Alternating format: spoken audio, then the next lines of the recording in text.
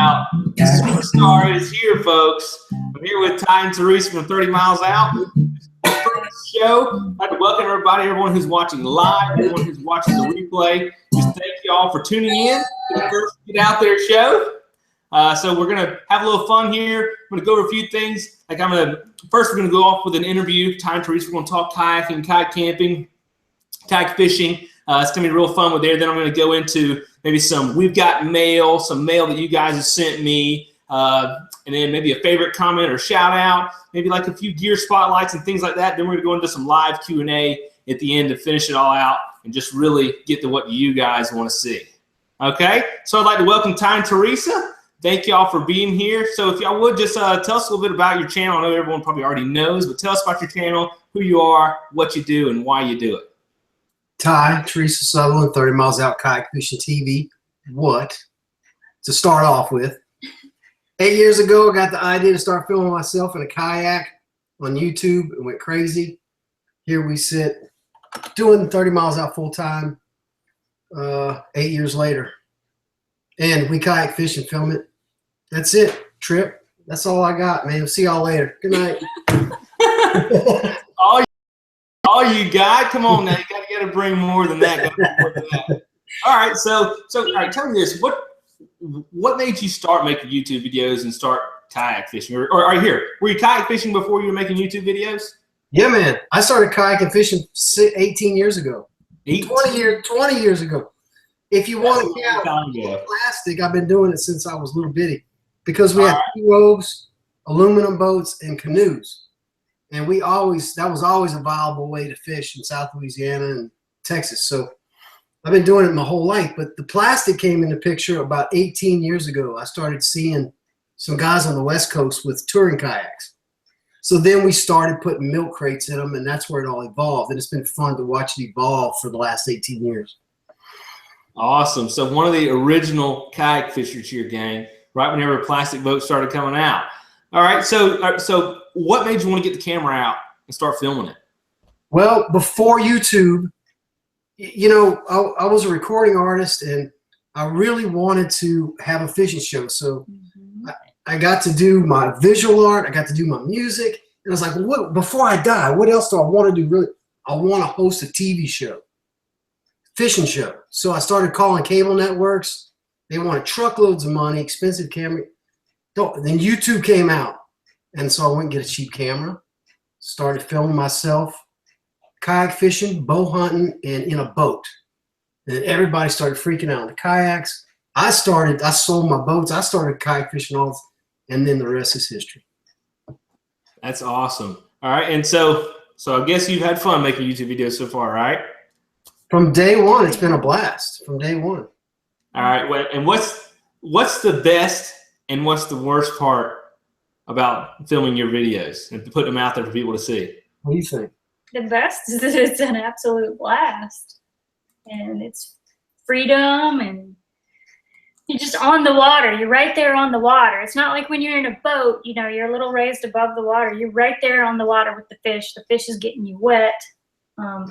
It's just fun to be able to take off and explore a new area. We're doing a lot of that because we're new to the Florida area living here. We used to just vacation here. But now just going out and exploring and finding all the new areas, like Google Earthing something and then be like, we're going there tomorrow. I love to entertain. I mean, I gotta play a music show tonight. I'll be entertaining people all night.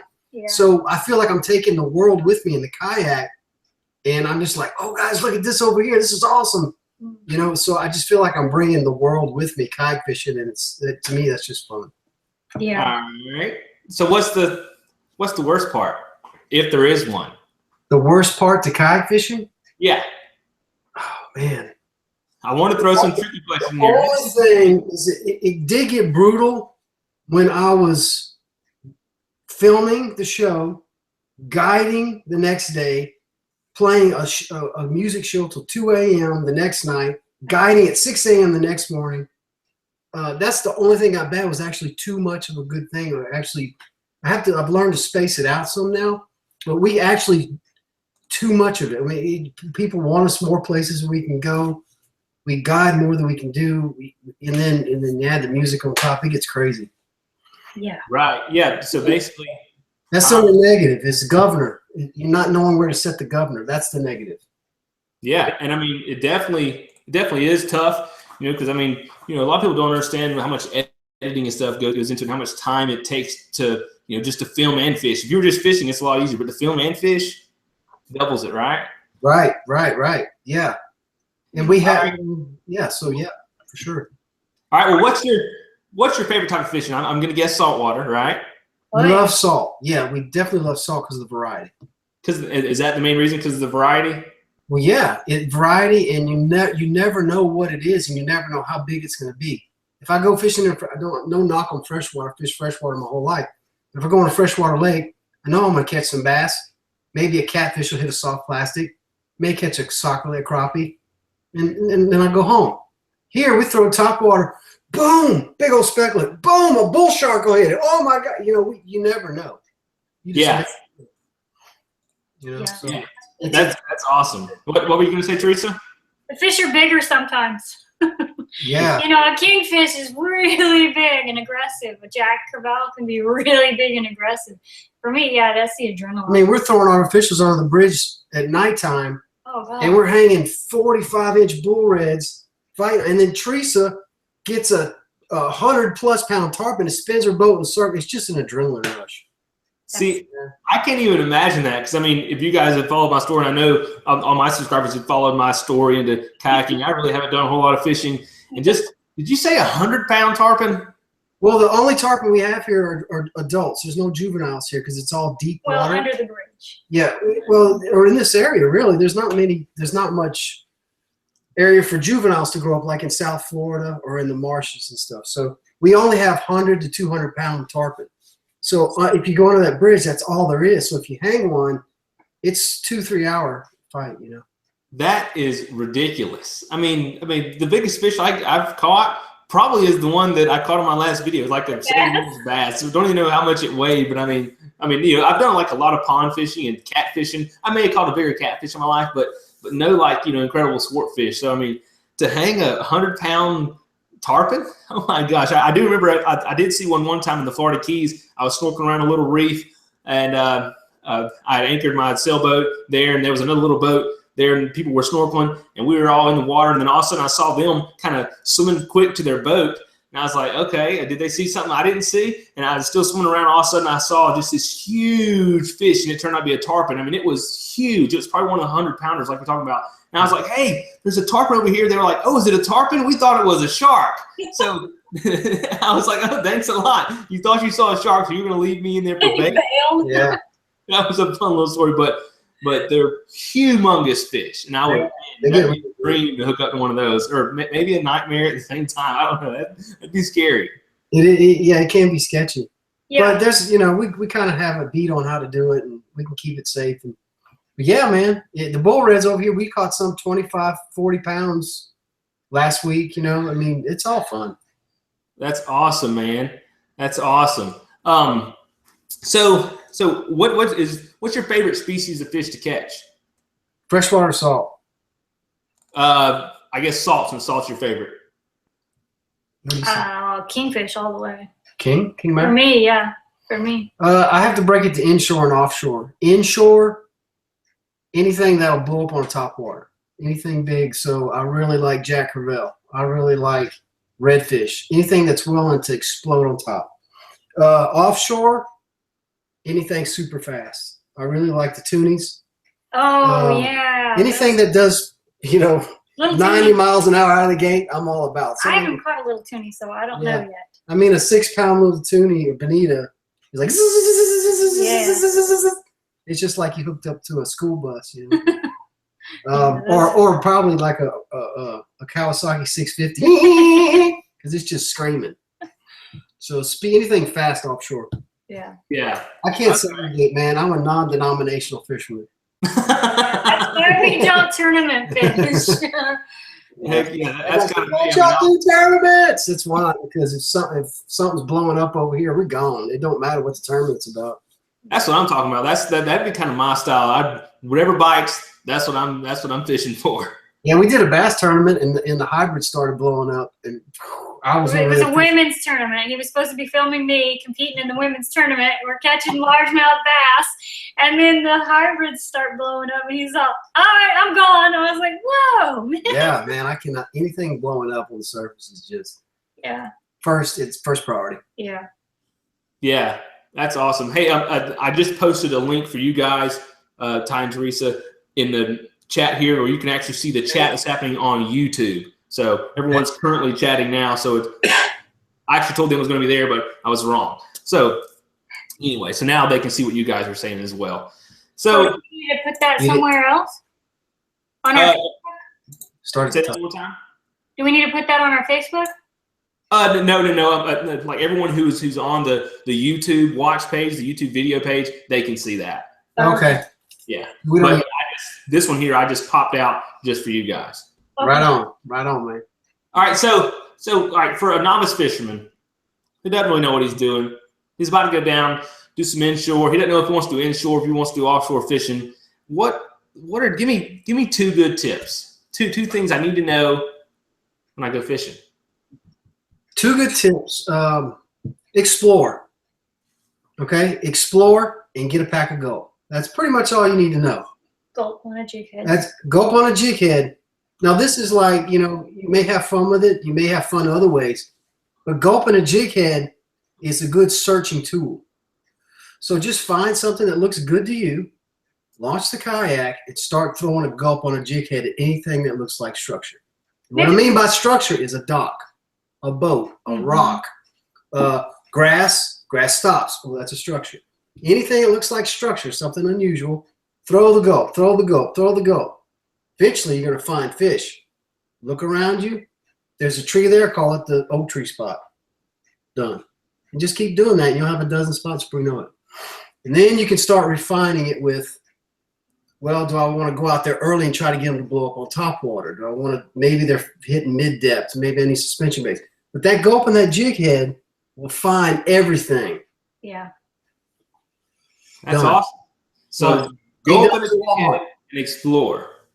All right, well, that sounds easy, right? It is easy. It is easy. If you're in a deep channel or deep canal, bump that gulp on the bottom. Right. All right. What's the Is it white? I saw in y'all's last video, white. I got to be honest, man. I think that the smell and taste of the gulp is 98% of it. The color is 2%. So as long as you got a gulp on there. Okay. All right. Well, then here's a question for you that I've always wondered. How can fish smell a bait underwater when you just cast it and you're dragging it by? I mean, they have time to smell it? Gulp is not made out of the same thing as a regular soft plastic. It's made out of something that's edible. So the pinfish, if the pinfish are around, if the lizardfish are around, and if the pufferfish are around, you will not get that gulp back out whole first cast. It will be half gone every cast. You said, how do they smell? That's because it smells so strong and tastes to them so good, chomp, chomp, every cast. So it puts off a scent plume, if you will. It's just got a lot of, that's why I say go buy gulp and peck it, because it puts off a lot of scent. It's almost like dead bait. Okay. All right. So you said it's made out of edible stuff. So if I don't catch any fish, can I just eat my gulp? You can. You're going to throw up, but you can do it. No, have you ever tried that? No, I've never tried to eat gulp, but that would be a the tails challenge. off of them.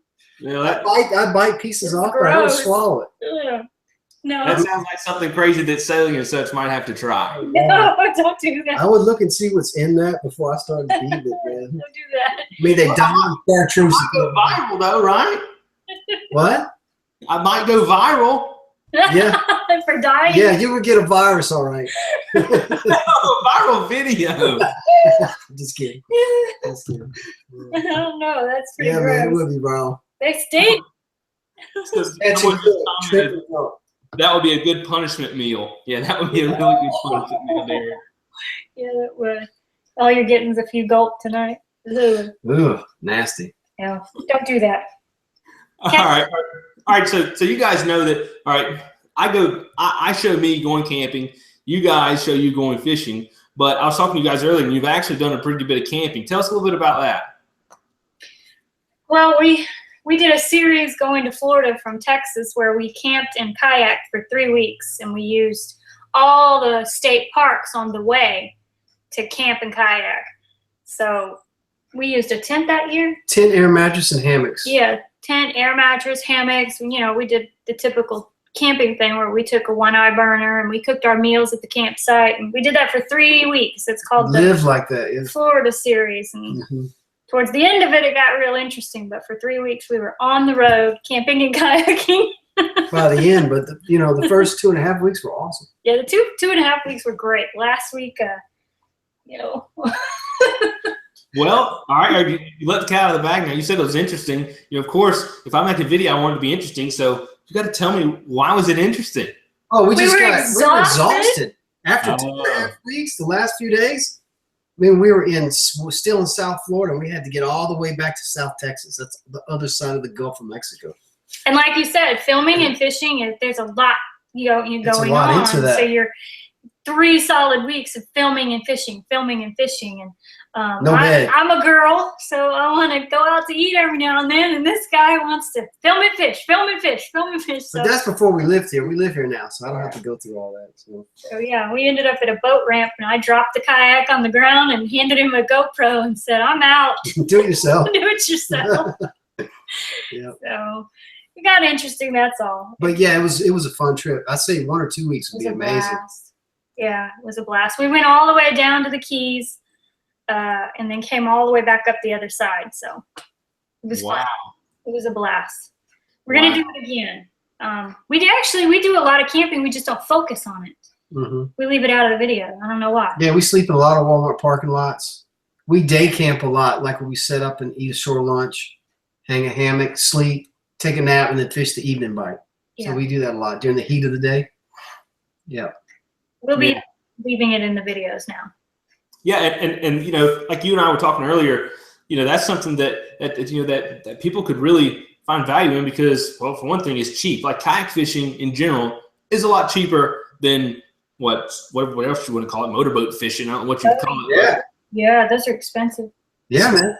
Yeah, and they're a whole lot more expensive to paddle, But then when you couple camping with it, especially like car camping, kind of like you guys talked about, y'all did, went from Texas to the Florida Keys along the Gulf Coast. I mean, that was probably a pretty inexpensive trip, relatively, because you got to go and travel to all these locations and do all this different fishing, and really your costs weren't that high, right? No, it was very cheap. No, it was like a $6,000 trip, and it costed us about, I think, $1,200 in the end. After each campsite. If you'd have bought hotels and stuff, it'd have been $5 or $6 grand. It was $6. But we did it for $1,200. Because we stopped along the way, and from Texas, we stopped in Louisiana and did some stuff. And it wasn't until we got to Florida that we actually hit the ground running with only camping and kayaking. We started in Pensacola. We went to Jacksonville. We went to Miami. We went to, where else did we go? No, all over. And then we went straight down to the Keys. And just going to the Keys alone is expensive. The hotels there are outrageous. Yeah. The campsites are $26. They've got bath facilities, laundry facilities. All of their sites are palm trees with sand, and they sweep them out. And you fish right out of the campsite. Yeah, you launch from right there. So Fort DeSoto is in Tampa. It's one of our favorites. That's one of our favorites. They have camp stores. They have everything. It's like a community. Yeah, and you get to take a hot shower at the end of the night, and it's great. That's awesome. Yeah. That's awesome. Well, hey, I'm trying to read the chat as much as I can. Sometimes I miss them, so I'm sorry if I missed your. Go ahead. We can't see anything. Yeah, I don't see no chat. I'll be chiming in. Do we need to fix that? But someone, Braden Stanley, he said, Trip, you should do a video in like the Mississippi River or like kayak in Alaska. Now, don't you guys have some big plans coming up? We do. Yeah, we always fish in the Mississippi River Delta. We're fishing kayak with Kayak Venice in Venice, Louisiana coming up. And we have a trip planned for Alaska in May. We're going to stay in a big floating lodge, and we're going to kayak from the lodge. It's going to be interesting. Yeah, and what was that other one we got going on? Hattiesburg? Oh, we're doing seminar. If anybody's in Mississippi out there, we got a Hattiesburg, Mississippi seminar coming up at what's the name of the place? Real South Outdoors. Real South Outdoors in Hattiesburg on when? February 11th. There you go, February 11th. All right, so whenever y'all go to Alaska, are y'all going to be kayak fishing still? Yeah, that's where we're going. A guy that watches the show in Texas guides and runs a lodge up there. And he wants us to come up. He wants to take us in the kayaks and turn us loose on stuff, halibut, salmon, and whatnot. Yeah. So we're going to go up there and stay 4 or 5 days and film it. We might try to come down the West Coast before we fly back, try Seattle and California and stuff before we actually fly back instead of coming straight back. So we'll see what happens. We'll keep y'all posted on our 30 Mile Facebook. Awesome. Awesome. So are y'all going to have to wear dry suits or no? You said the water's, no, you said it's going to be 60 degrees up there, right? The temp should be, air temp should be 60. The water will be in the, I don't know, 40s or something. I don't know. Never been, man. I'll probably just end up freezing the whole time. Exactly, man. I couldn't imagine. I mean, I'm really not a big fan of cold weather because I like getting in the water and going somewhere where it's going to be so beautiful. And I imagine the water's going to be ridiculously clear up there. And if I can't get in it, man, I would be hating myself. Well, they've got skiffs. They got other boats that they can take us out in. And then they have kayaks that they'll turn us loose. They know what they're doing. We'll figure it out. We'll stay dry. Yeah. So what are you catching up there? Like halibut, salmon, I think. Yeah, two of the main salmon. things. Mm-hmm. He said the salmon are King off salmon. the big boat that you see them just busting all day. King salmon. I think So, it's the one that yeah. he said that would be running when we go. But we'll see. See how that pans out. Yeah. awesome. Another adventure. We can't see the comments. Yeah, We I can't see any get into comments, the- man. Okay. All right. All right. Go to the actual YouTube page. Here. Were you guys able to see that link that I did share to you in the chat? Oh wow. Oh, there's all the comments. But then I can't see. You got to switch back and forth. Open another window. How do I get that to come up on our? Okay. All right. If you're looking at the actual page where everyone else is watching, is that what you are looking at? No. We're looking at. Scroll up. Maybe that's it. Nope. No, it's in a whole man, nother page. They're that says- firing questions left and right, man. Oh wow.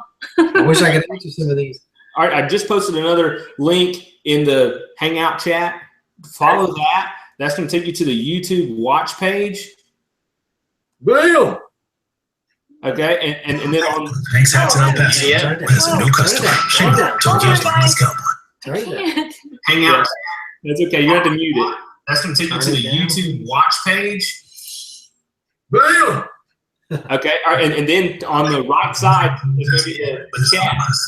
I can't do that. Yeah, it's like we're getting cross feedback and all kind of crazy stuff. Mute it.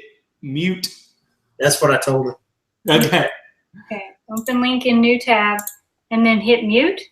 Turn it Yeah. down. Mute at the bottom left of when you're watching the video. Yep. Okay. And then to the right, you can see. Can y'all see the chat over there? Yes. Yep. All right, there's a tab you can click where you can pop out the chat, so you can have the chat open, and then you can go back to the actual Google Hangout page and watch it there where we were earlier. Does that make sense? Yeah. Can you Yeah. see us even if we're going to go to the Yes. comment? Yes. Okay. So we're gonna do on that. the online. Shut up. Yes, you're watching yourselves live. So we're He's- on the line. He's doing the internship. We're Oh, like, yes, "Yay, I love yeah." that. It's Justin. Hey, 30 Mo. All right, yeah, it's cool, man. All right, cool. So now we can do that. All right. So is there anything else that you guys want to talk about, or something you guys want to share with everybody here? I'm having trouble because I can't see when I'm seeing myself. You wanted to talk about my jar? Oh, we can yes. talk about lures. Yeah. A lot of people ask about like food suggestions for this. Well, Ty has this awesome food suggestion that he just brought out to me just to show me before we went live here. Tell me about it, Ty. It's pretty freaking awesome. Okay, man. So I started out with this shaker cup. Hold that, please. And I told myself, look, I want to put this in my dry. I can't see myself. I want to put this in my dry sack, and I want to see how much food I can get in it for an entire day's worth of fishing. So I mean, I try to eat healthy stuff. I fill the bottom with almonds, and it's giving me a lot of energy. And then I put an avocado on top. Now I got this. I mean, I've always eaten avocados, but I've got the idea of avocado on the half shell from sailing and such. So that goes on top of the almonds and the nuts. And then I can fit 2 organic my chicken boiled eggs. Go out in the coop and get some. And I fill that up. And so I can get 2-3 eggs, avocado, a bunch of nuts, fill the gaps with more nuts, close it up, watertight. That goes into my bag. I might bring some more bananas. I might raid Teresa's cooler. Yeah. But I know as long as I got this cup in my bag, I'm going to have plenty of food to get to the day no matter what. Damn, that just happened. Wait, so all that lasts you all day, you said? Yeah, this will last me all day. The almonds, the avocado, and 2 or 3 boiled eggs, and plus a bunch of peanuts to fill the gaps, or some other kind of nut. That will last me all day in a bind if I don't steal from Theresa, or if I don't bring a couple more bananas or something. That's pretty awesome, and it's super healthy, right? Yeah, it gives me a lot of energy without bringing a bunch of trash. You know, That is stellar. You guys are probably going to see me stealing that idea from Ty. So that's awesome, man. whatever works, man. Whatever works. And another thing I do, bro, is I bring a gallon or 3/4 of a gallon of water, and I drink probably half a gallon to 3/4 of a gallon before I leave. I drink at least a gallon of water a day. At least a gallon a day. And then I bring this. Can you please go back? Holy smokes. And then I can't tell if I'm in the frame or not. And then I bring this in the kayak. And then I make sure I drink this the whole time I'm out, and I clean it up. Then when I get back, I drink, another half a gallon, let's say. So Okay. I'm mega hydrated. All right. Well, you brought yourself up to another interesting question. So if you're drinking that much water, which I drink that much water sometimes too, I go to the bathroom a lot. So when you're offshore, how do you do your business? Do you use I this? pee nonstop, bro. I pee nonstop because I drink so much. I drink a gallon plus a day, so I pee nonstop. And the Hobies have a built-in bathroom, the Mirage Drive. I just kneel down, and you have on shorts most of the time, and I just pull my shorts aside and I pee right in that hole. Nobody sees me doing it because I got my knees up on the side of the gunnels, And I can just kneel down on the gunnels and just pee in the hole, and bam, I can do that all day long. I can do it in a crowd. Nobody even knows I'm doing it. But usually I go off to the side, off to the bank or away from everybody and pee.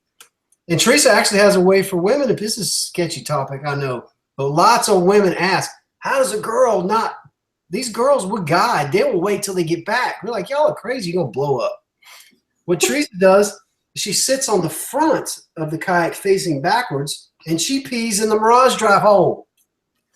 Again, you have a built-in bathroom, and it flushes right out. Yeah, it does. I'm not waiting all day to go to the bathroom. No, she'll pee 3 times while we're out there. Yeah. I'll pee 8. Yeah. That's awesome. All right. And so have y'all ever shown that not shown it in your videos, but talked about it in your videos? We filmed it and talked about it. We haven't released that yet. We might do a video on how to pee. Yes. Do that. Think of how viral that might go. Yeah, how to pee in a kayak. Now this is the Hobie way. The Hobie has a hole in the middle, so it's very convenient. Peeing off the side, we have to change the tactics a little bit, but we can pull it off. When we're in that tandem. Oh. Yeah, the tandem. There's ways to get around that. It's not as easy. It's having a hole in You your have to get center. out. Having a hole in your center of gravity is the key, because you got it right there. We're But look, more Mirage worried product. about taking a But dump look, that far. when you're offshore, you're all wet anyway. So Theresa will just pee in the seat and just wash, just dump water. Yeah. You When can it's hot and we're off. Yeah, when we're hot and all wet, Okay. All right. So we've gone this far. So what about number 2? Try to go before we go, but once again, that hole is very effective. Well, you're supposed to pack it out. Huh? Pack it in, pack it out. Take a trash bag like you would if you were taking your dog. That's gay, man. If you were taking your dog. No, the good Lord has a filtration system. It's called the salt water, and that's what the hole's for in the Mirage. That's why they made that. Anyway, do you have another topic that would be interesting? Pack it out. She wants me to pick it up out in the grass with a glove. No. It's biodegradable like my banana peels. Next. I love it. Oh, jeez. I can't pack it out. Pack it out with a non-biodegradable plastic bag. Yeah. See, this is awesome. See, we're talking about this kind of stuff, and this is what people find amusing, which, I like providing value and also entertainment. This one's going to make people come back and watch, so you guys are doing awesome. Oh, man, we do this for a living. Shoot me something good. All right. So speaking of for a living, what did you guys do before you were YouTubers? I was a recording artist. I had a song on the radio. I toured all over. I was a visual artist for 8 years. I drew pictures of South Louisiana, sold 15,000 pieces of art. Yeah, you got some good art somewhere? I've toured all over playing music. Like I said, the only thing I hadn't done was host a fishing show, so that's what led me here. So Theresa was in the corporate world. Yep, assistant to the vice president of sales. Yeah. A real cubicle job with cubicle walls. The first day she saw me from the high rise looking down and I was out in the bay fishing, she quit. Well, because he told me I was going to have to quit. And I was like, no way, man. I took 15 years to get as far as I've gotten in this company. I'm not quitting. And he took the kayak out in the bay, right out in front of my high rise.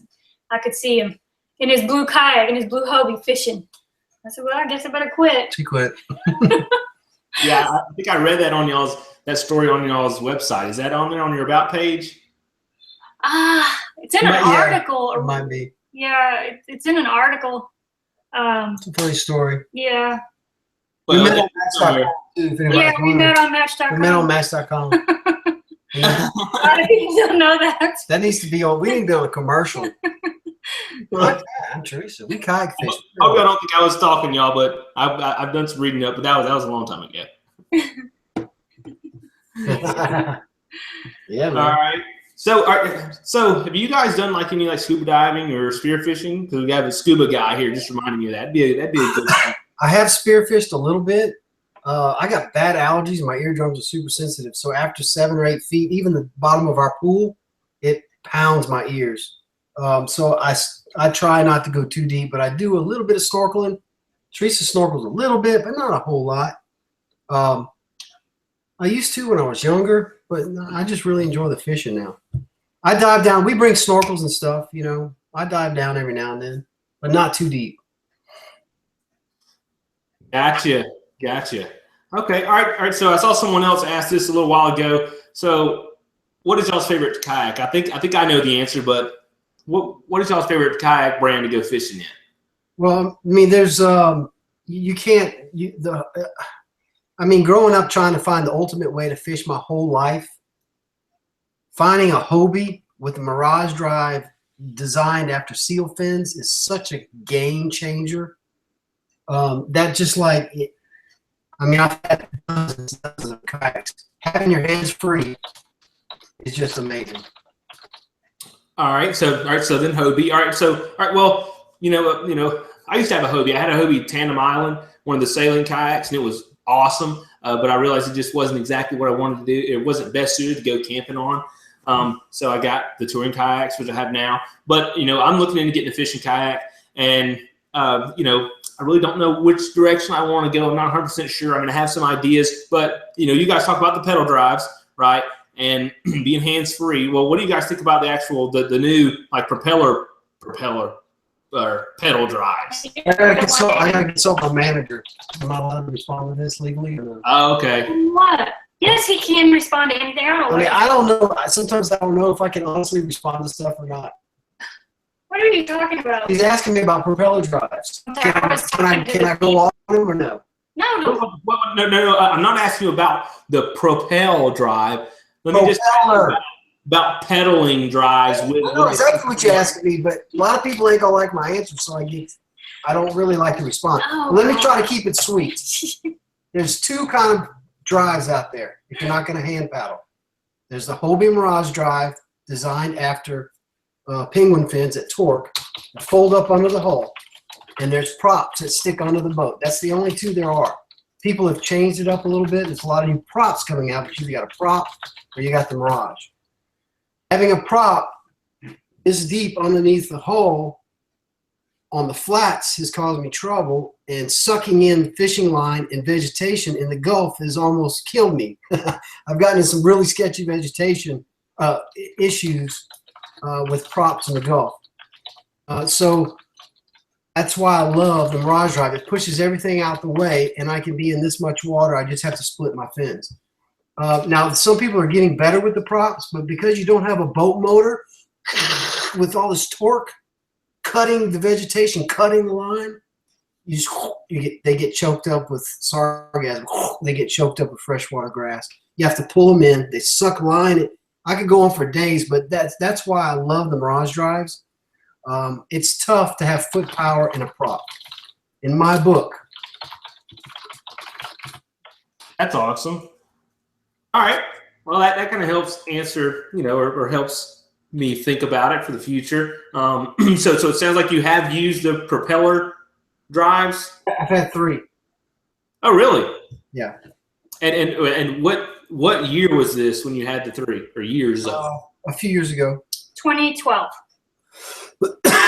Yeah. So that was like the first models then, right? They haven't changed. It's still a prop 2 feet on a steel shaft. They haven't changed. Right. It's still the same gig. Okay. It's still they suck line. So when you're fighting fish, it'll suck into the prop, and then you got to get it out and set it in the boat, or you got to pull it out in some sort of way, untangle it off the prop.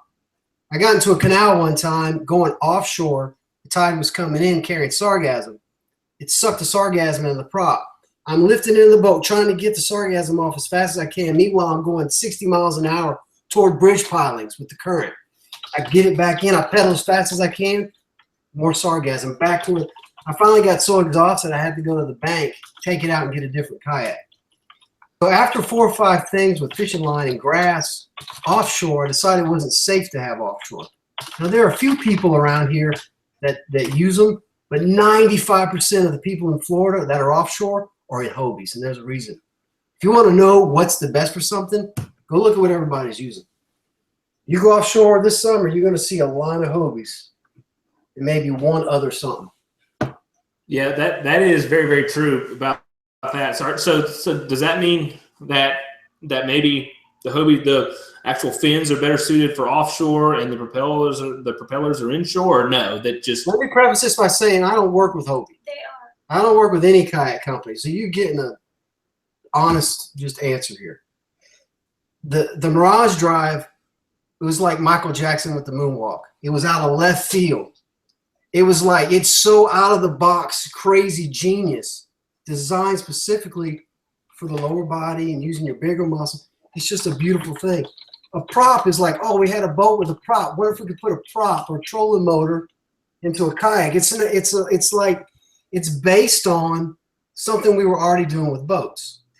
The Mirage Drive, left field, game changer. Nothing has touched it yet. Something might come out of the box here. There's a lot of people working on it right now. But a prop with bicycle pedals can't touch the genius, the Michael Jackson 9-inch nails of the Mirage Drive. Just can't do it. And now the Mirage Drive goes backwards. What? That just happened. all right. And so what's that special thing you kind of hinted to that they're working on? There's a lot of companies really trying to beat the Mirage Drive. Yeah. There's a lot of companies trying to find a better prop. Jackson's got the prop coming up into the cavity of the boat to protect it somewhat. You know, they may fix it some kind of way with that. We're going to see. They're working on it. What is this? Cut out. So Quality is worse than one. We're lagging. Are we lagging, Trip? You guys look great to me. Blake, it might be yours. We're Trip's lagging a little bit to us, but not too bad. Are we lagging? Come on, Yeah, dude. there's a little bit of lag. You trying to turn the lights on? Okay. All right. And then some people say there's no lag, so it looks good to everyone. Yeah, so I think it's everyone's individual connections. Yeah, man. Yeah. All right. So we kind of talked about kayaks a little bit. All right. So what about fishing rods and reels? Like I know you guys use the let's see, I'm trying to get my terminology right. I'm just kidding. Y'all use the bait casting, right? We use both. Well, Oh, really? actually, she uses only spinning rods. I use bait casting and spinning. Yeah. Okay. And I fly fish too. Right. Tie on the fly. Right. Is that where tie on the fly came from? Yeah. I used to be a fly fishing purist for like 8 years. We called a spinning rod commie tackle back in those. So I went hardcore fly for like 5 or 8 years, and then now I just do it all, you know. Right.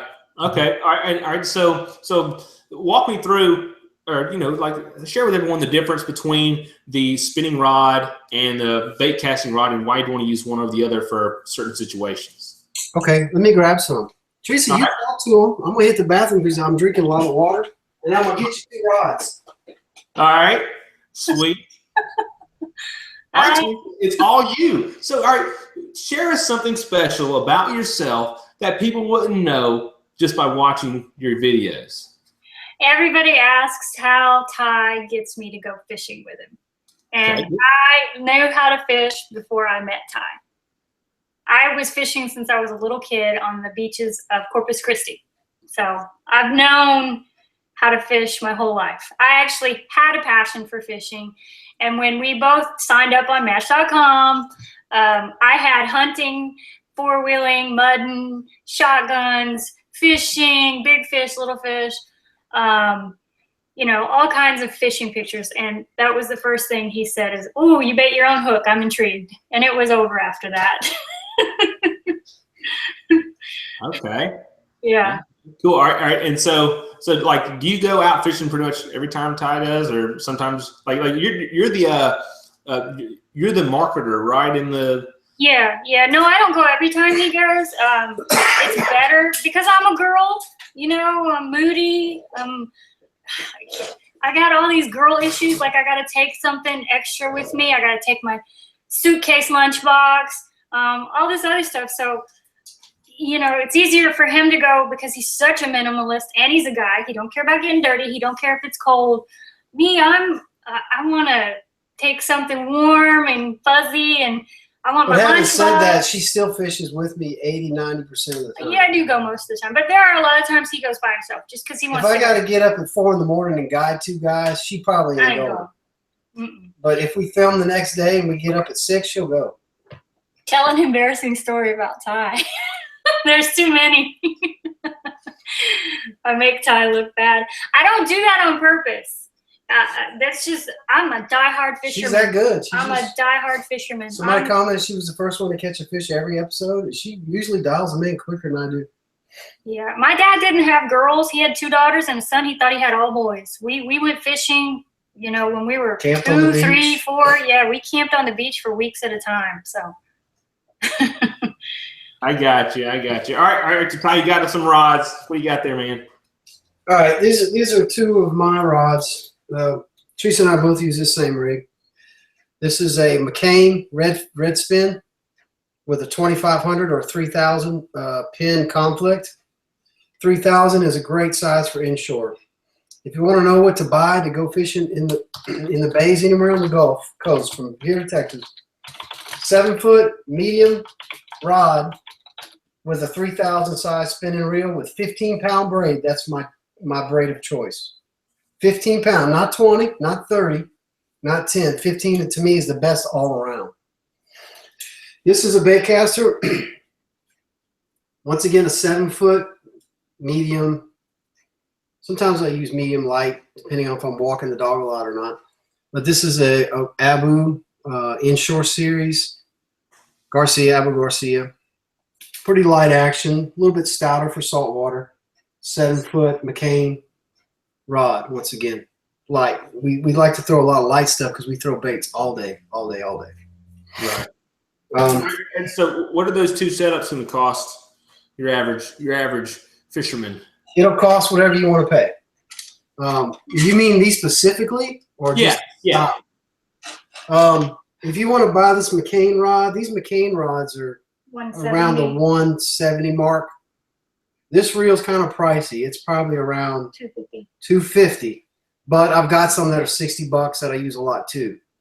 You can go to Walmart and get a combo for $30. You can buy combos for 30, 40, 50, 60, 70 bucks that'll do the same job.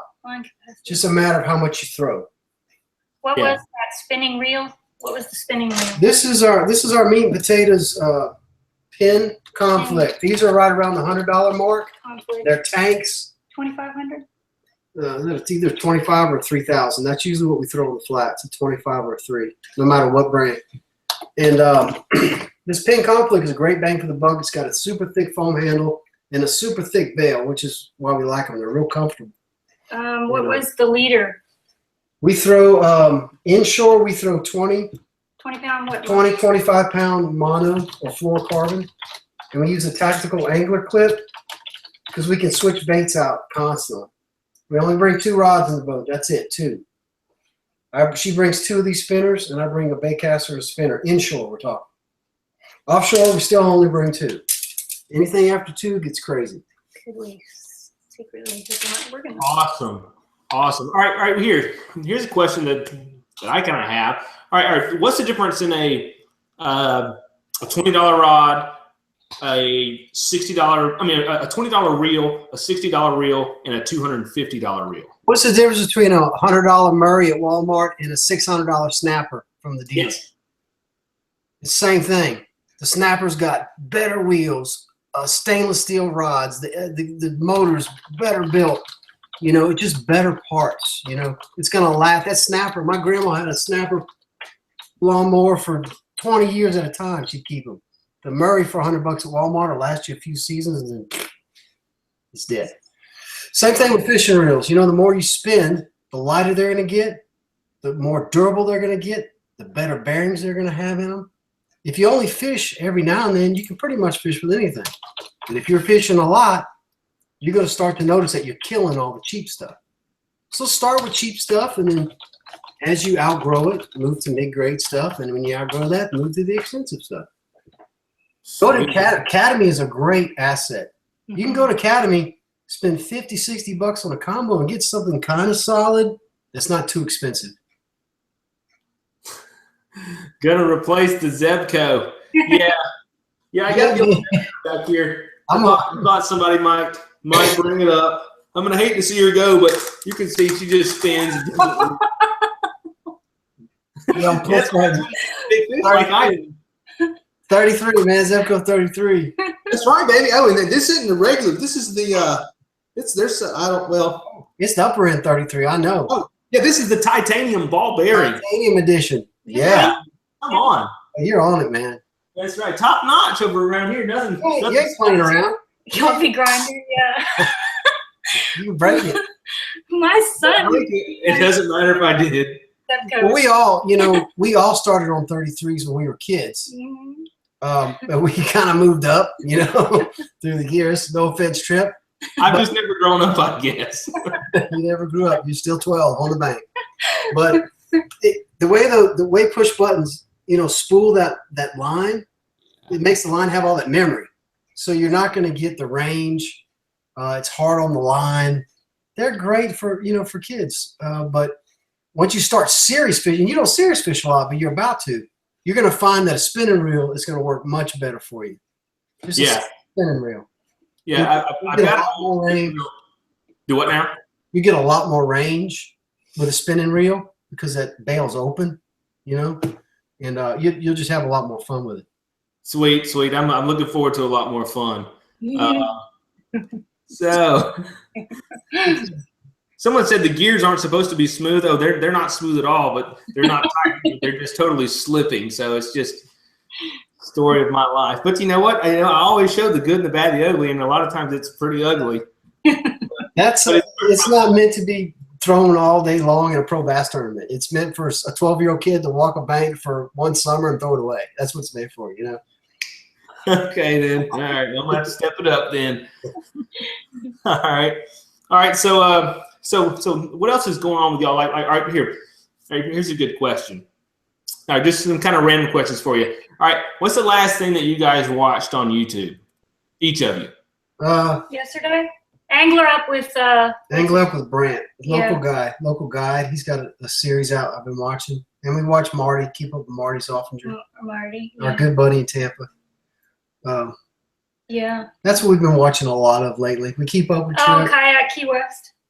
Yeah, the Key West guy. We also watch you. We watch Sailing and such. We keep up, A little bit of La Vagabond, the sailing people. Yeah. See, that was my next question is, all right, other than like outside of the kayak fishing world, what do you guys watch on YouTube? The Vagabond. Ty's serious vegan fruitarian mixed with meat, so he does a lot of I'm always messing with diet fruit stuff. and vegetable stuff and Chickens and how to raise our chickens. yeah. We don't have regular TV. We haven't had it for 17 years. Yeah, we stream everything. We got internet TVs. TV was gone out of our house like 17 years ago.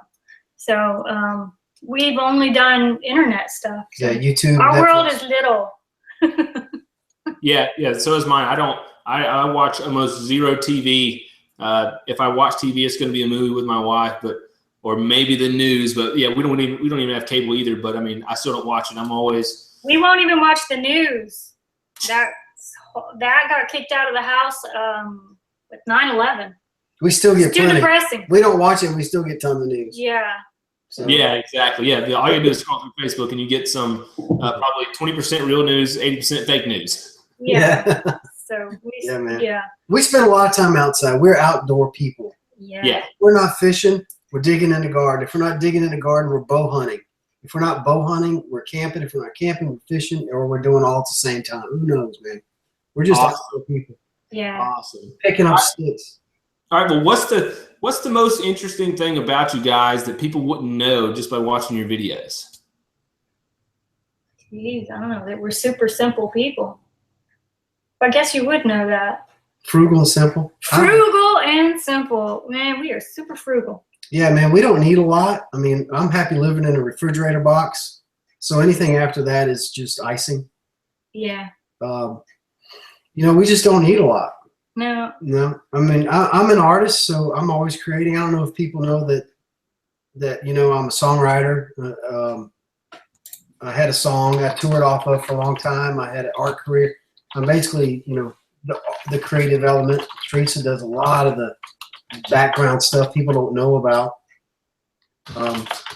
She does a lot of marketing, talking to people a lot. She's very good with social media. Social media kind of blows my mind at some time. That's it, We have kids. We're normal people. We're old, man. That's something a lot of people don't know. We look young, but we're old. I mean, I'm pushing 50. I'm 48. Teresa's 43. I almost said 2.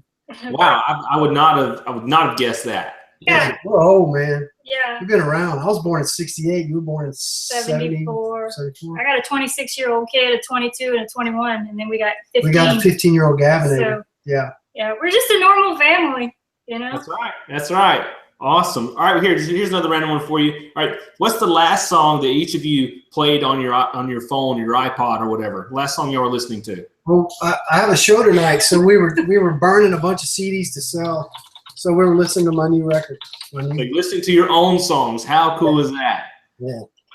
How cool is that? All right. Well, is there anything else that you guys want to share, Ty? I know that Ty has a gig to get to, so he's playing tonight, I guess, or dancing. I don't know if he's playing or dancing, but he does it all. I'm playing. I'll be at Broussard's Cajun Restaurant tonight if y'all want to come see. Where's that? Broussard's Bayou Grill, downtown Pensacola. Yes. Yeah. Man, that would be cool to come on there and check that out. Be in East Texas for Mardi Gras. I'm playing before Mardi Gras parade in Jefferson, Texas.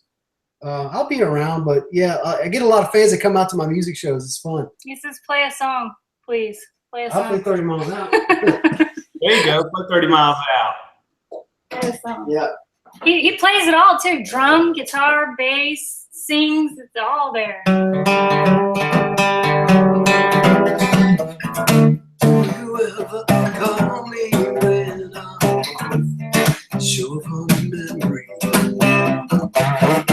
Would I expect that you will ride? Ask me of this lost sea. Cause I get so clear left 30 miles out. So I get so clear left 30 miles out. 30 miles out. 30 miles out. 30 miles out.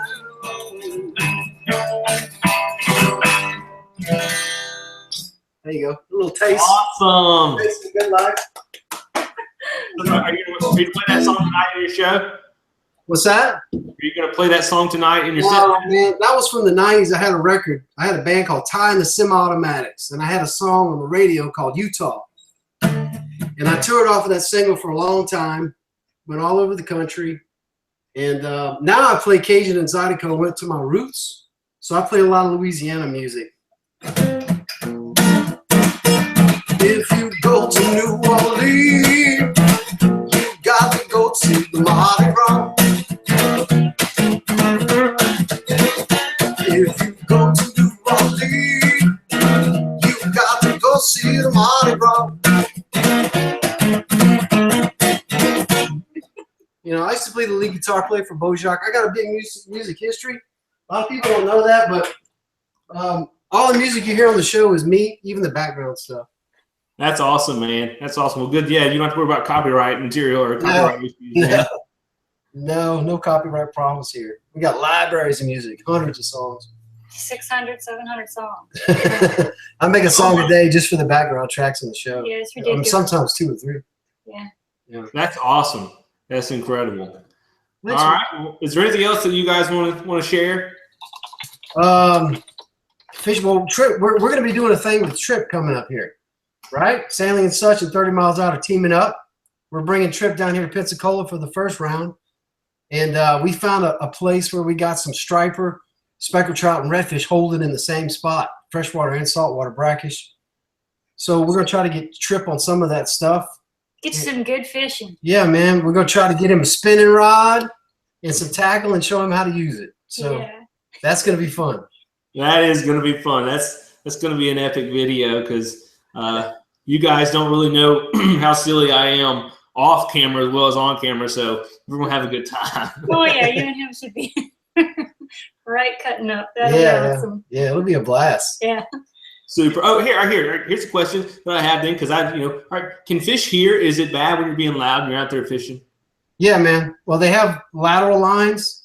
They feel vibrations. So when you man, I remember being a kid, I would stomp on the boat and my cousin would just about knock me out of the boat. He says, that sounds like a cannon going off down there.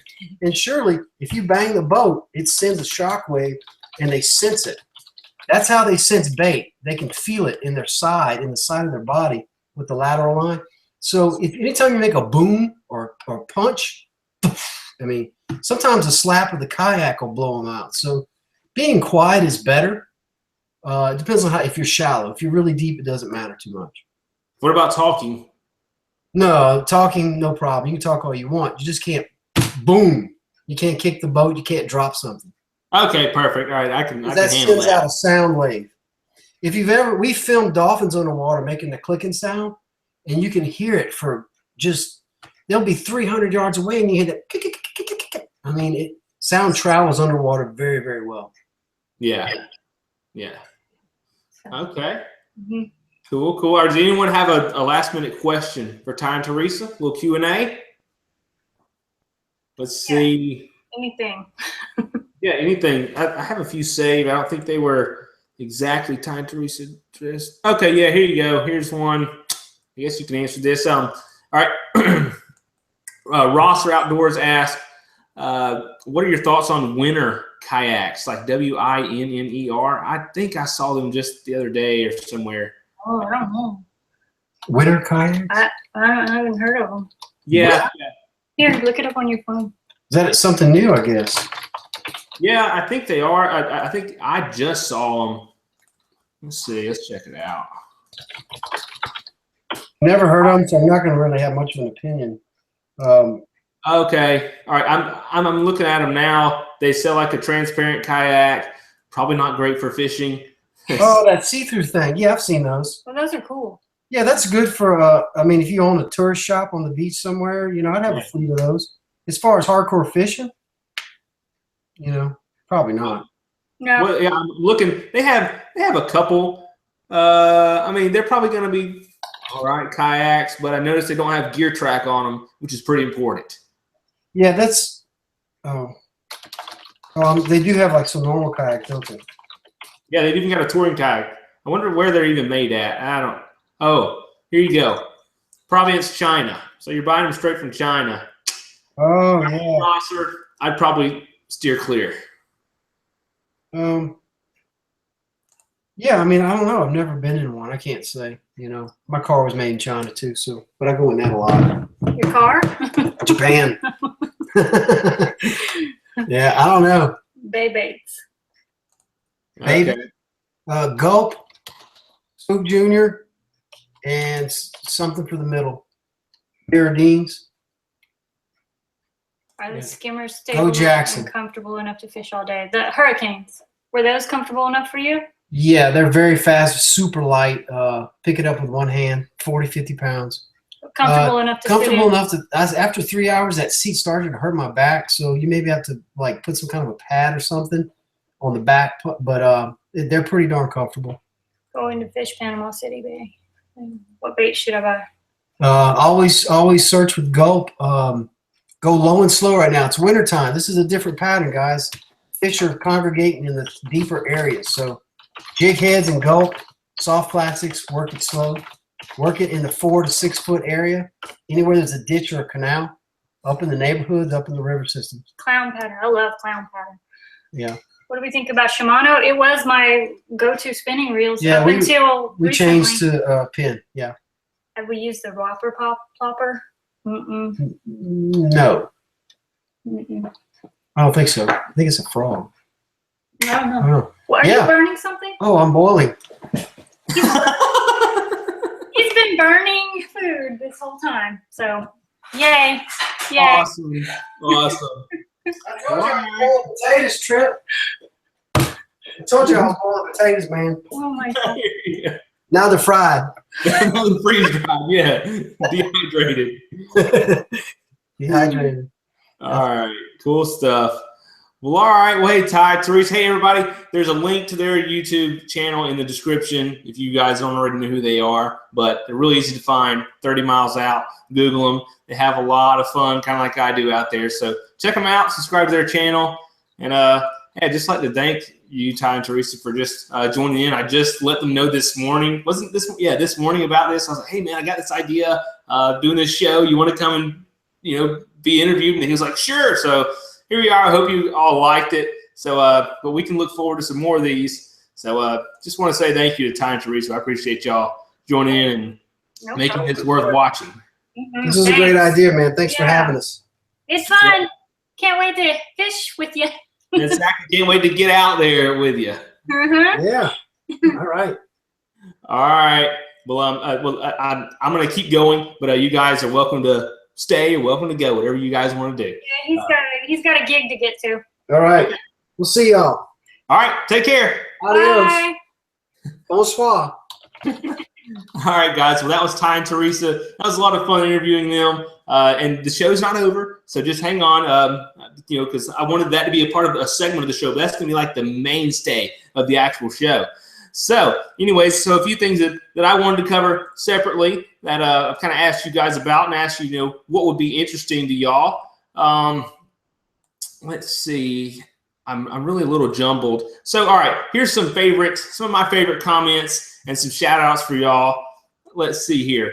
The other day, someone commented, Mr. Borrowed Time.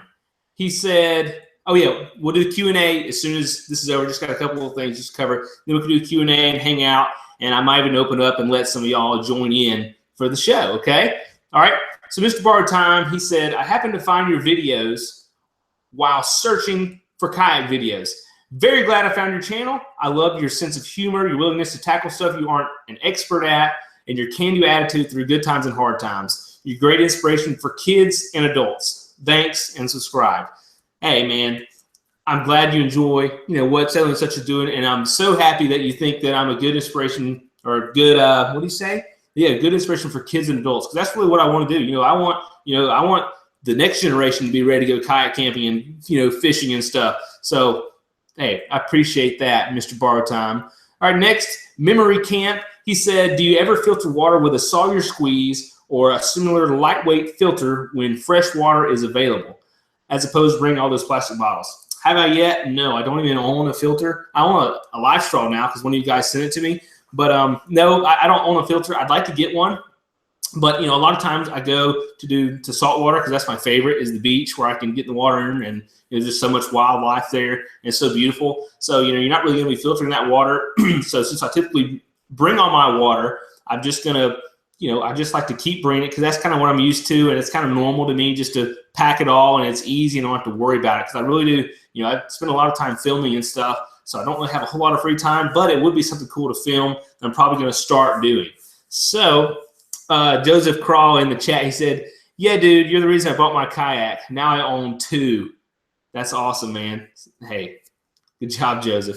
All right, so Gracie says, she says, "You might be a bit of an amateur, but your videos are good." Yes, I'm certainly an amateur. I'm not an expert. I'm not a professional. I'm just a little experienced because I've gone out there and put myself out there and became vulnerable and went for it and loved it. So it's good stuff. Let's see here. All right, so another little segment. What am I researching? What have I been thinking about lately? Well, let's see. An upcoming video I want to do, I really want to focus on, or do a video that's focused on first aid, maybe a series focused on first aid, because a lot of people ask me about, okay, Trip, what's in your first aid kit, blah, blah, blah. Well, with my Zebco, my first aid kit isn't very much. I just have one of the ultralight, it's a Adventure Medical Kits 0.5. I think they're like $15 or something, or maybe even cheaper than that. But there's not really much in them. You open it up. I mean, it's really pretty nice. And I got this years ago when I started backpacking, probably in 2007 or so. I don't know. There's a YouTube video of my 3-day trip through the Talladega National Forest. But it all comes in this awesome heavy-duty Ziploc bag, and you've got some decent stuff in here. You've got some tape. You've got some bandages you can roll around yourself. And you've got your Benadryl and aspirin and blah, blah, blah, and a few Band-Aids and maybe a couple, bandages, but nothing really extreme. And, and since I bought this, most of you know, or some of you may know that I'm also a firefighter. Became a firefighter about a little over a year ago. And so, we do a lot of medical stuff. And so, my medical knowledge is kind of grown. And so I've kind of learned a lot of things that would be handy to have. And I've kind of made up a list. And I got things like a SAM splint, which is like something it's like moldable. If you like break a bone or sprain something, you can put it on you and kind of use it as like a makeshift cast, or like tourniquets, because if you're out and you cut yourself with a knife or you get impaled with something, you really need to stop the bleeding if you're bleeding, because that's a really, really quick way to die. And a tourniquet is something cheap and easy. And if you need it, you better have it, or it's going to be bad quick. But there's stuff like that. I've got a whole list here of a medical kit that I'm going to be putting together. Actually, I think I mentioned this somewhere, and one of you guys actually reached out and said, it's Aaron. Aaron, hey man, I really appreciate it. You reached out and said, hey Trip, I'm blah, blah, blah, and I've got some stuff laying around. Let me see if I can send you some stuff. So Aaron, man, I really appreciate you being so generous and willing to send me some stuff. And actually, website campingsurvival.com was actually contacting me also and said, hey Trip, we like your channel, we like what you're doing. Would you like to, check out a few of our products, kind of give us a shout out? And so I'm thinking, yeah, maybe. And so I get looking at the website, and they got a lot of cool stuff and some medical supplies. So I maybe get some stuff from them as well. So that's going to be something interesting for y'all to look forward to in the future. It's going to be really, really, really important the day you need it. But it's kind of funny. I don't think I've ever used anything in this. No, I don't. I really don't think I have. And I've had it since 2008, 2007, and it's gone on every one of my adventures. I've never had to use it. But the one time I'm going to need it, I really want it. Let's see here. Kayaking Adventures said, can you send that list to me? Yeah. I can actually post that. All right, hang on. I'm trying to save a few of the questions that I see coming up for the Q&A in the end. But if y'all hang around, I'm going to be doing a Q&A at the end. So it's just another few minutes, and we'll just answer all your questions. All right, so another segment, upcoming video. So what am I planning on filming soon next? All right, one thing a lot of people ask, this is one of the top topics. Trip, do you carry a gun while you're kayaking? And no, I haven't carried a gun. Actually, I have like once, and I had it in a dry bag, in a Ziploc bag, rolled up, clipped up behind my seat. And, I thought to myself, if I was paddling down the river and paddled up on somebody who came around the bend and there was somebody, doing something they shouldn't have been doing or something that I wasn't supposed to walk up or paddle up on, if I needed my gun, I probably couldn't get to it quick enough. So I've actually ordered something like it's actually like a waterproof fanny pack is what it is, but it's kind of like, I'm hoping it's a heavy duty Ziploc bag thing that kind of rolls up. It might be easy to get your gun in and out of. So that's going to be coming up, and I'm going to be packing when I'm yakking in the future. So don't be messing with sailing and such. But, all right. So, all right, let's jump into some Q&A. Okay. Let me see if I can get everything open so I can see what you guys are saying. And we'll do a little Q&A. Let's see here. All right. So TJ and some other people have asked, Trip, what software do you use to edit your videos? I use Corel Video Studio Pro. I think it's like $60-ish online. And I really like it. I mean, it works pretty good. It works fine. There's other options out there that are more expensive. There's other options out there that are cheaper. Some that are free. And, do you need to go out and purchase that? Maybe, maybe not. Depends on what kind of videos you want to do. Or, if you're going to be really serious about videos. I'm copying some more Q&A for the future. Paste. All right. So what I would suggest before you just go out and buy something, all right, make some videos or make a video, and you can actually edit it for free on like Windows Movie Maker that comes that you can download for free on a PC, or you can use, I think it's called like iMac or Mac Movie or something. There's something that's on the Mac computers as well. You can do anything. You can edit a video as well, and you can really do pretty much everything that I do on my videos, because I don't use probably 10% of the program's capabilities in my videos. Mine are pretty darn basic. So you don't really have to have it. But if you start making videos, okay, yeah, I really want to keep making videos, then you may want to consider going out and buying the Corel Video Studio. So it's pretty good. Copying another one from Scuba Guy to save for later. All right, next question we've got Mike Carabine Love. No, he said, love the videos. Can you do a review of your truck?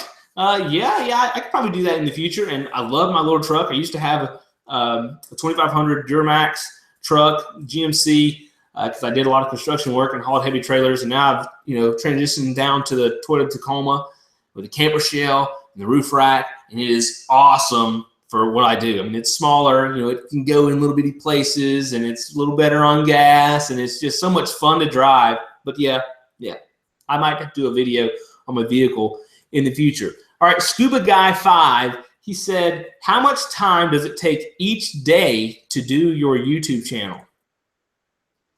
Pretty good bit. You might be surprised. All right.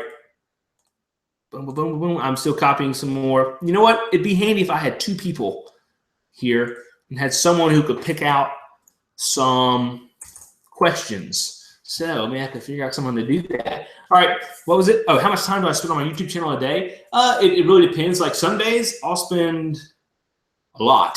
I mean, some days, I may not actually be on the YouTube channel, but like doing sailing and such stuff, like I may spend like on my busiest days, which is like an editing day. Like when I edited my last video, I edited it in like a day and a half, and it took me probably like 8 hours. So I was editing on top of replying to comments, replying to messages, replying to emails, replying to, I don't know, like, Snapchatting, doing a little bit on Instagram, so I really spend a lot of time on this. Sometimes, each day I'll spend at least probably 2 hours. And I have to find that time somewhere because, I'm a firefighter, which fortunately I work one day, then I'm off 2 days. So I have that time.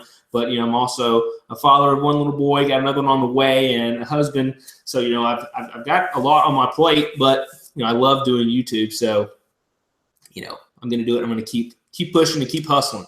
It's worth it. All right. Beham Lunker, what's up, man? I recognize your name for sure. He said, have you thought much about changing gear to like a dry suit for when temps are impressively low and water temps are low? I've gone on a couple of trips and was pretty nervous about this. So have I ever thought about using a dry suit? Yeah, I've certainly thought about it. Then I looked at the price. And those things are pretty expensive. And really and truly, you know, I'm in Southeast Alabama. It doesn't get that cold here. And, you know, so I'm not really worried about it. And most of the time when it is cold, I'm in a river or something. Of course, last time I was in a lake, but I don't think the water was cold enough. I hope the water wasn't cold enough where if I capsized and fell out, I couldn't swim back. You know, I like to think I'm pretty tough. I'm strong-willed. So I think I'll be fine in my area without it. So I'm probably not going to go with a dry suit. You know, they're pretty expensive. All right, here we go. Yakin in NC. He said, have you thought about kayak fishing out of state? Absolutely. I thought about doing a lot of things out of state. You know, I have people who send me messages and stuff and say, hey, Trip, you know, you need to come check out. You know, I live at such and such. You need to come and do some fishing here. You need to come do some camping here or paddle this river, or you need to do this here. It's beautiful. And they send me pictures and like, look where I was. And I'm like, oh my gosh, that's awesome, you know. And I'd love to go to all those places. Absolutely. But, you know, I'm still a small, you know, YouTuber. I'm really, you know, kind of a nobody sort of, you know, and I don't have the funds. I don't really have the time, or I don't have the funds to allot the time to go out, you know, and travel that far yet. But, you know, as Sailing and Such grows, you know, which I'm really hustling, trying to make it grow, you know, I plan on traveling to more distant places and doing some more, you know, visiting some more places, because I would absolutely love to, because, you know, it's all about getting out there and the experiences. And there's like one of my next videos, or a video soon down the line, is like my top 10 bucket list kayaking places. And of course, they're all over the world, and there's some epic places that I'd love to go to. So yes, I have considered it, and I hope to get to do it soon. Kevin Lesage said, found out about this video, live video through Snapchat. Awesome, Kevin. Yeah, Snapchat's a lot of fun. I have a lot of fun on there. If you guys have Snapchat, you need to add me. Shoot me a snap, because I have some fun on there. So, all right, let's see here. Our next question. Here's Scuba Guy 5 who said, your channel has certainly grown since I subscribed. Thanks, man. All right, next question. We're going to, oh, and also Beham Lunker, he said, yeah, a dry suit's expensive, but you can't put a price on your life. Very true. But how far can you take that statement? I mean, you know, do I need to have, you know, a crew with me the whole time, or, you know, you can take that so far, but, you know, I may take some risks, but I believe that most of the risks that I take are within my limits. So, you know, that's up to your own judgment, I guess. All right, let's see here. Charcept said, would you still recommend hammock camping if someone doesn't have an underquilt? I mean, yes and no. In the summertime, absolutely, because I don't take an underquilt in the summertime. I just hang that joker. A lot of times I love it when I'm running out to put up a tarp, and I just jump in it and I sleep. So good. And you know what? There's other options versus an underquilt, or other than an underquilt. You know, if it's going to be cold, you know, I actually have, where's it at? No, it's outside my shop. All right, the first thing that I used when I made my hammock, I couldn't afford an underquilt, so I didn't have one. So what I did, I actually went to Walmart and I bought one of those window screen, one of those, you know, the windshield reflector things. It's like the tinfoil with the bubble wrap inside of it. And I used that to lay on as a mat, and it kept me warm, and I was in pretty darn chilly temperatures. So you can do that if you're, you know, if you're on a budget and aren't really sure if you want to go hammock camping, but the weather's still cold. You can do that, and it'll still keep you warm. So yes, absolutely, I think you should go hammocking. Absolutely. Let's see here.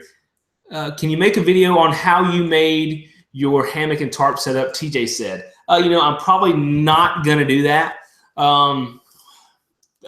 because I don't really know. I don't really want to. Or right here you go. This is why, because I think there's a lot of other more valuable videos out there that I can make, and I think it's really easy for someone, like you, if you're interested, to get on YouTube and search how to do it, and to go to hammockforums.net and learn how to do it. So I think I'm not going to be providing a lot of value by doing it because it's already done out there, and probably better than I would do it because that's not really my thing. Thing is to do like a how to sew video. I'd rather do something fun and exciting or something specific to do with kayak camping. So there's a lot of resources out there. If there weren't, absolutely I'd be doing it, but it's pretty easy to find out how to make one. So check it out there. All right, here's Braden Stanley. He said, I've asked a couple times, but can you just tell us if you will look into Marty Zoffinger's channel? And yes, I'm going to look into Marty's channel. I guess this is a suggestion for another interview, and absolutely, I'd love to interview Marty. Marty, if you're watching, come on, man. The door's open. I'd love to interview you. And actually, Ty and Theresa, they know Marty pretty good, and they said they're going to tell him, about this show if he doesn't, if he hasn't found out yet, which he probably hasn't. But and so hopefully we'll get Marty in here in the near future. There's a lot of other people that I want to interview as well. I've got a list going. All right, so let's see here. B. Hemlucker said, "Hey, sewing is fun, aka manly version thread injection." Yeah, sewing is fun, absolutely. And I sewed all my own stuff, so I mean, I don't think it makes you less manly or anything because I did it. All right, here's a good question. Scuba Guy said, "Do you ever sail anymore?" No, I don't sail. I sold my sailboats, but I plan on sailing again. I'd like to get a sail kit for my kayak. I'd really, really love to do that. So that is the plan for that. Oh, Brian Stewart said, are you doing a trip in Georgia anytime soon? Anytime soon? No, but I do have one or a few trips that I want to do in Georgia. One is the Flint River in the southwest portion of the state. I heard it's just absolutely gorgeous and good flowing water. So I'm going to have to be doing that. I don't know when. Depends on how soon it warms up. It may be it's probably going to be next. It's probably going to be like next winter or so. So it's going to be a while. But I've got other trips planned. All right, here's Kayaking Adventures 418 said, "Do you have a dog? And would you take it camping?" I used to have a dog. He was my best friend in the world, and he died. So I don't have him anymore. His name was Sailor. He was a heck of a dog. And if I had him, he'd be going with me. Yeah, definitely. But probably the next pet or little one I'm going to be taking with me is going to be my little boy. So that's going to be fun.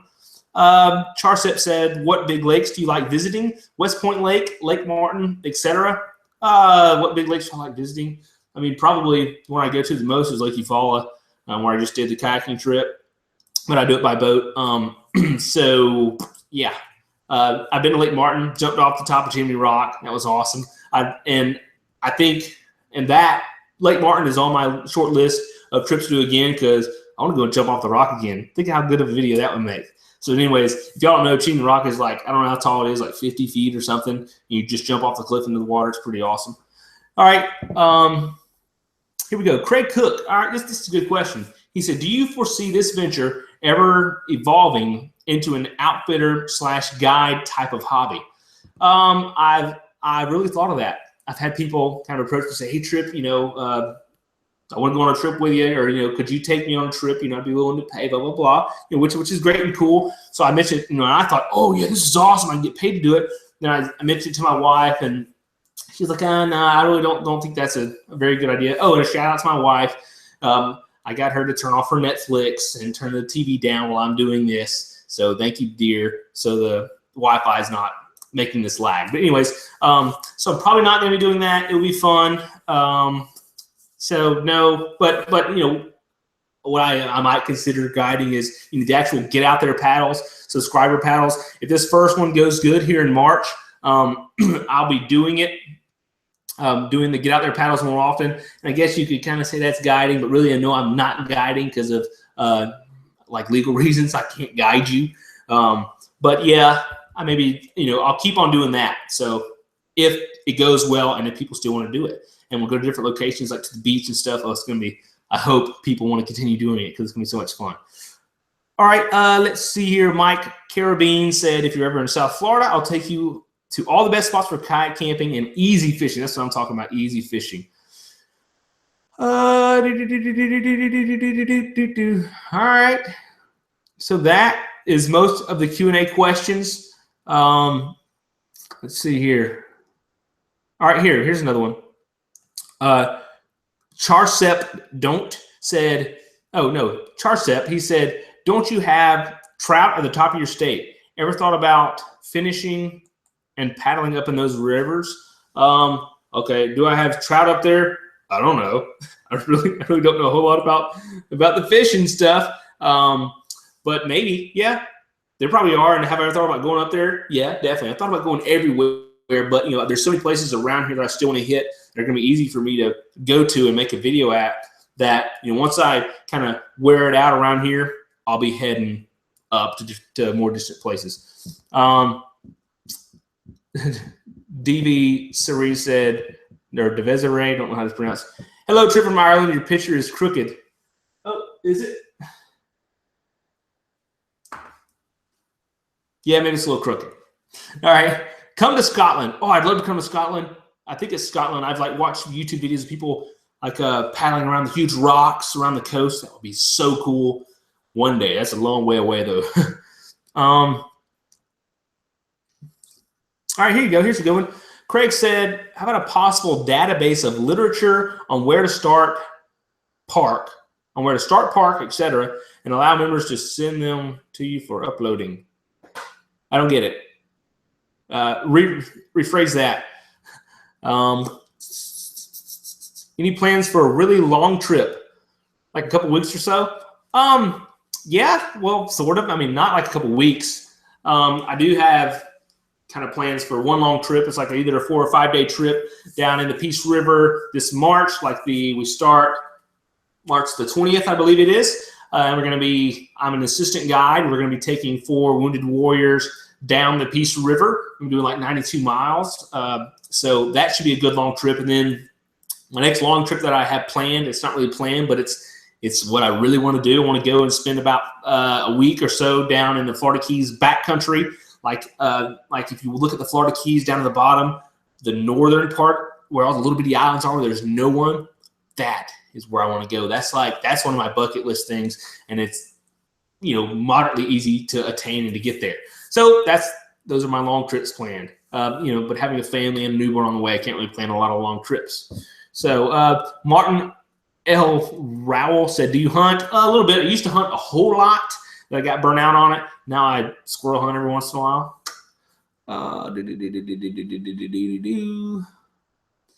Your channel is just okay. Hey Trip, just some friends. Hey Trip, just some local friends. We have a simple little site on Facebook called Alabama Kayak Camping. Join us, man. Probably 40 people now or so, maybe, just to document our trips and such. Sweet, I'll have to check that out. And Greg Penis said, hey, Trip, you should try some fishing and camping in Arizona. Yeah, I'd love to go to Lake Havasu, Arizona, where they have the small sailboat thing every year. I'd love to go there. Definitely heard of it. All right, Craig rephrased his question. He said, have a database that would have where to park, where to start, and what to expect.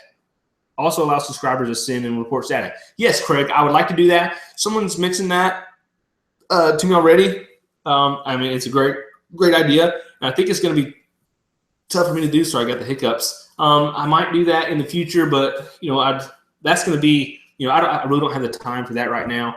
But maybe as Sailing and Such grows, if I can grow like a Sailing and Such team, that would be cool. I'd like to do that. And then I could have someone say, I could, get help doing stuff like that.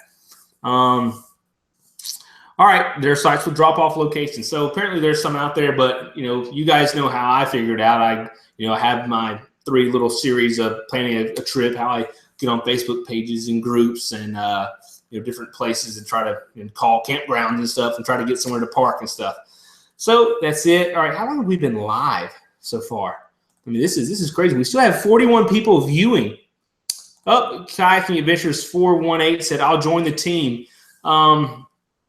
Hey, man, that's awesome. I appreciate that. And, yeah, I do want to start a team sometime. but I can't really. I certainly can't afford it now.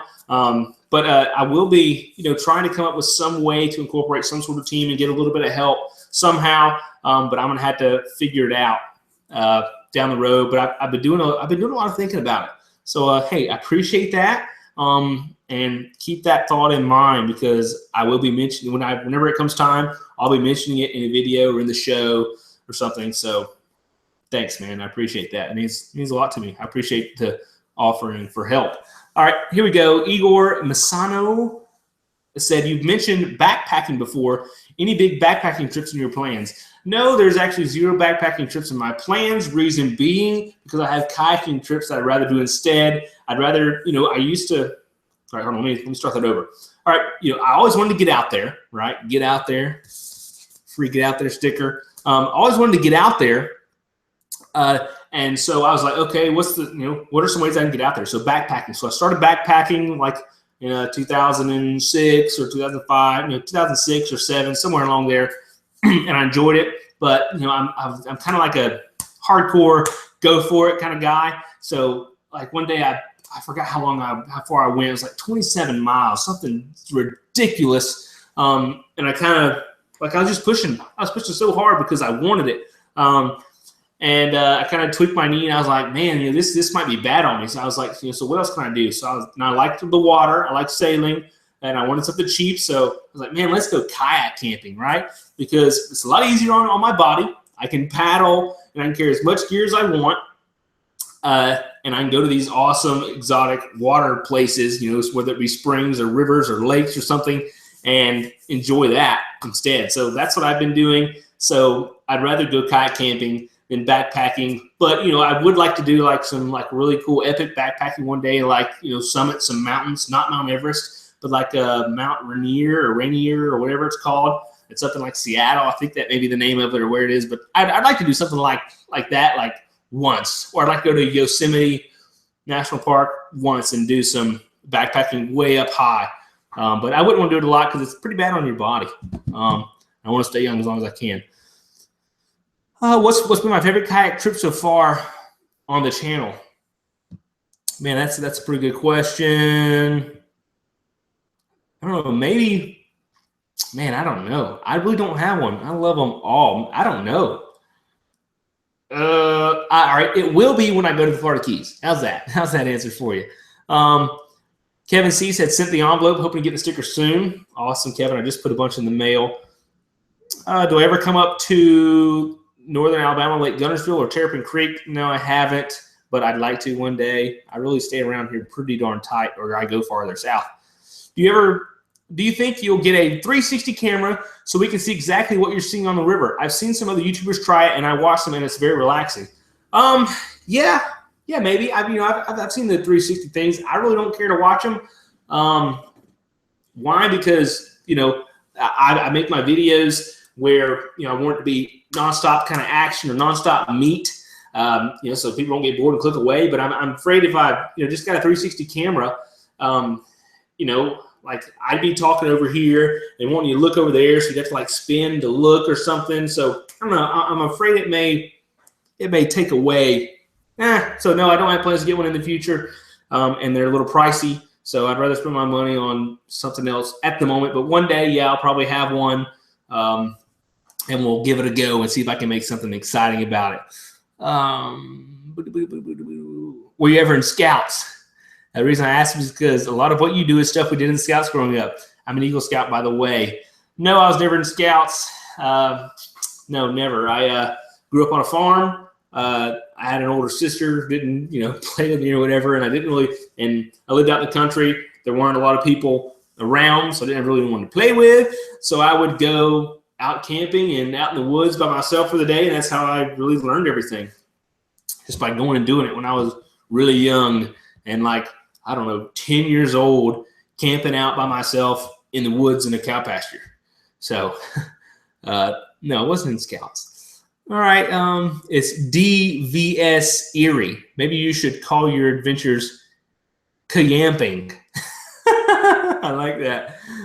Okay, there's a place in the Keys you're talking about. It's called 10,000 Islands. That place is the reason I wanted to get into kayak camping. It's my ultimate goal.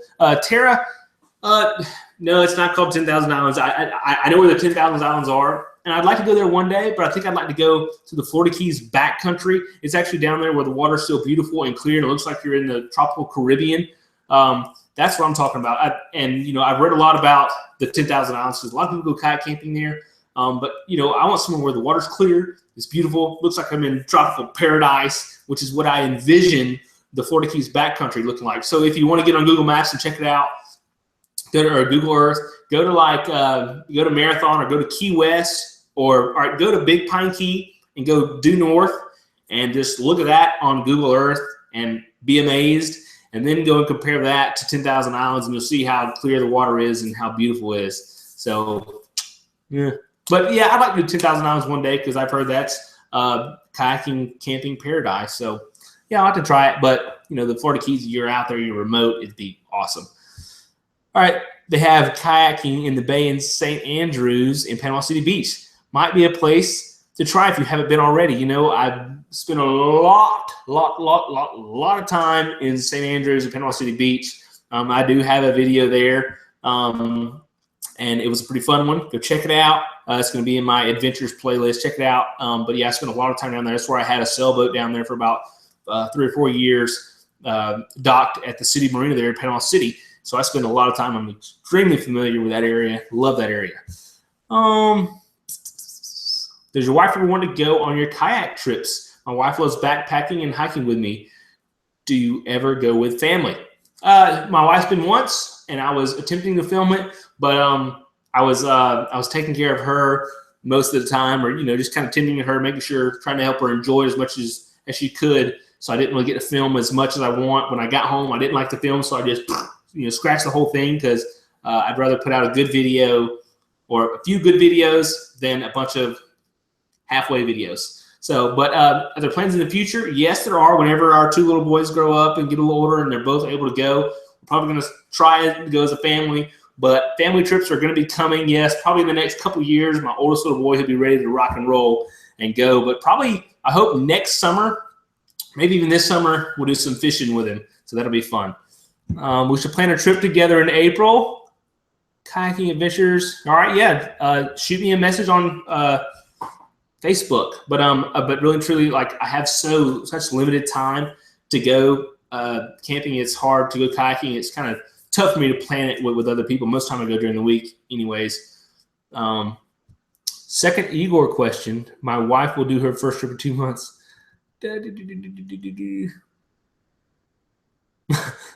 Mike Carabine said, if you're kayaking in the Keys in summertime and stay near the roads, you'll actually go faster than the traffic. Yeah, you're probably right. You're probably right. Come on, Trip. Tell the truth. My wife was taking care of me. All right, Keith. You got me. She was taking care of me. I was so scared that night.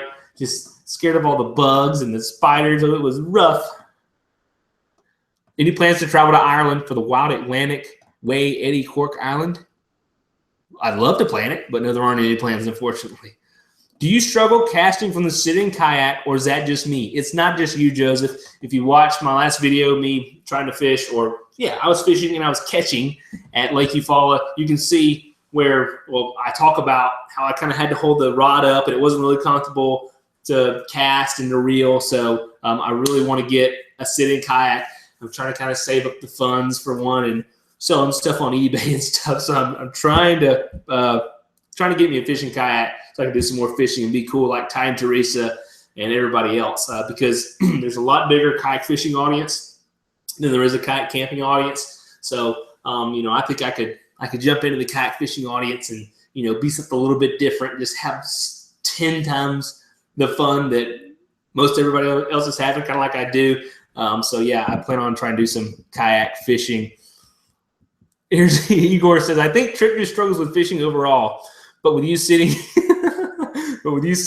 you need a pole with a shorter handle under the reel.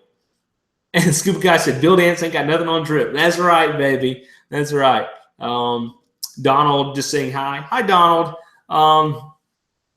Kayak Adventures has to sit on top. It's good. Greetings from South Carolina from Bill Duggan. He said, you've been an inspiration to me and my family. Enjoy the adventures. Keep up the good work and get out there. Hey, happy to hear that, Bill. I appreciate it, man. That's what I want to do. I want to inspire people.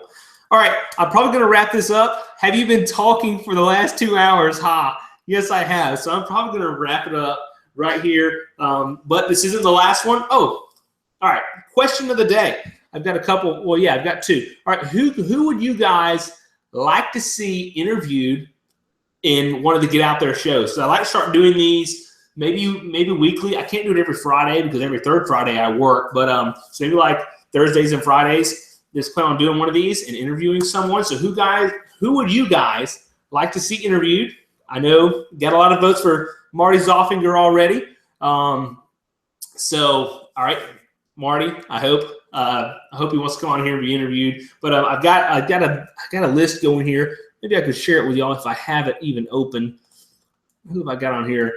Like one rod, one reel fishing, sea money fishing, A-Key Bassing, Kayak Bassing TV, Andy's Fishing, Robert Field, Fluke Master, Joe Robinette, Paddle People, Kayak DIY, Kayak Hipster, and Camping Survival. And Shug, I'm adding that to the list. Shug, my man Shug. All right, so if you guys are Go Soto, yeah, I think he's a kayak fishing, right?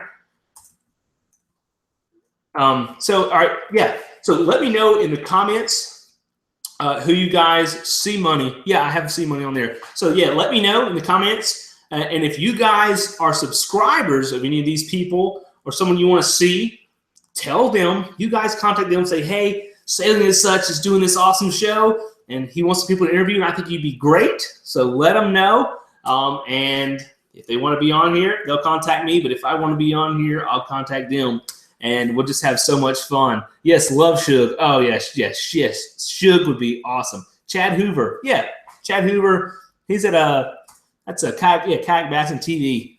Am I going to do any more sailing videos? One day, yes. Lake Fork Guy. Do I not have that on here?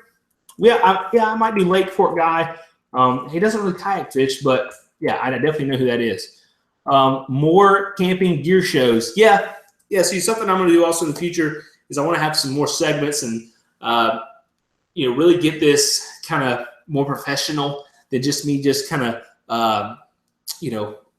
off the hip kind of firing out, and get it more professional and kind of do some more gear stuff. Have a designated segment and a boom and different stuff in here. So it's going to get better, folks. So I appreciate you all watching.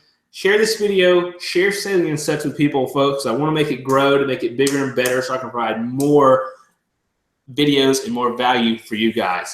All right. So thanks a lot for being part of this. 2 hours, and we're at the end of it, and there's still 43 people watching. Wow, that is awesome. So, hey, save your Q&As for the next time. I'll see you in the next video, and I'm glad it was a blast. Do not turn into a gear channel. Just my 2 cents. You've done a great job mixing in already. I'm not going to turn into a gear channel because there's more to it than just the gear. You got to get out there, right? Yeah, no, I'm about the adventure. I'm about the experience. It's not about the gear. I mean, yeah, you got to have the gear to make it happen, but you got to get out there and experience it. And I have a lot more fun getting out there and experiencing it than saying, oh, yeah, this is my, cork sickle thing I got from my mom to carry my water. Yeah, I mean, I do that a little bit, but I'm not going to do that all the time. So, all right. Give your wife Netflix back. All right, here from the start. Thanks, Kayaking Adventures. I appreciate you being here from the start. So, yeah, thank you all. I really appreciate it. This went better than I thought it was going to go, so we're going to keep it rolling, okay? All right, thanks a lot, and I'll see you guys in the next live show. Get out there, folks. Oh, yeah, get a free sticker.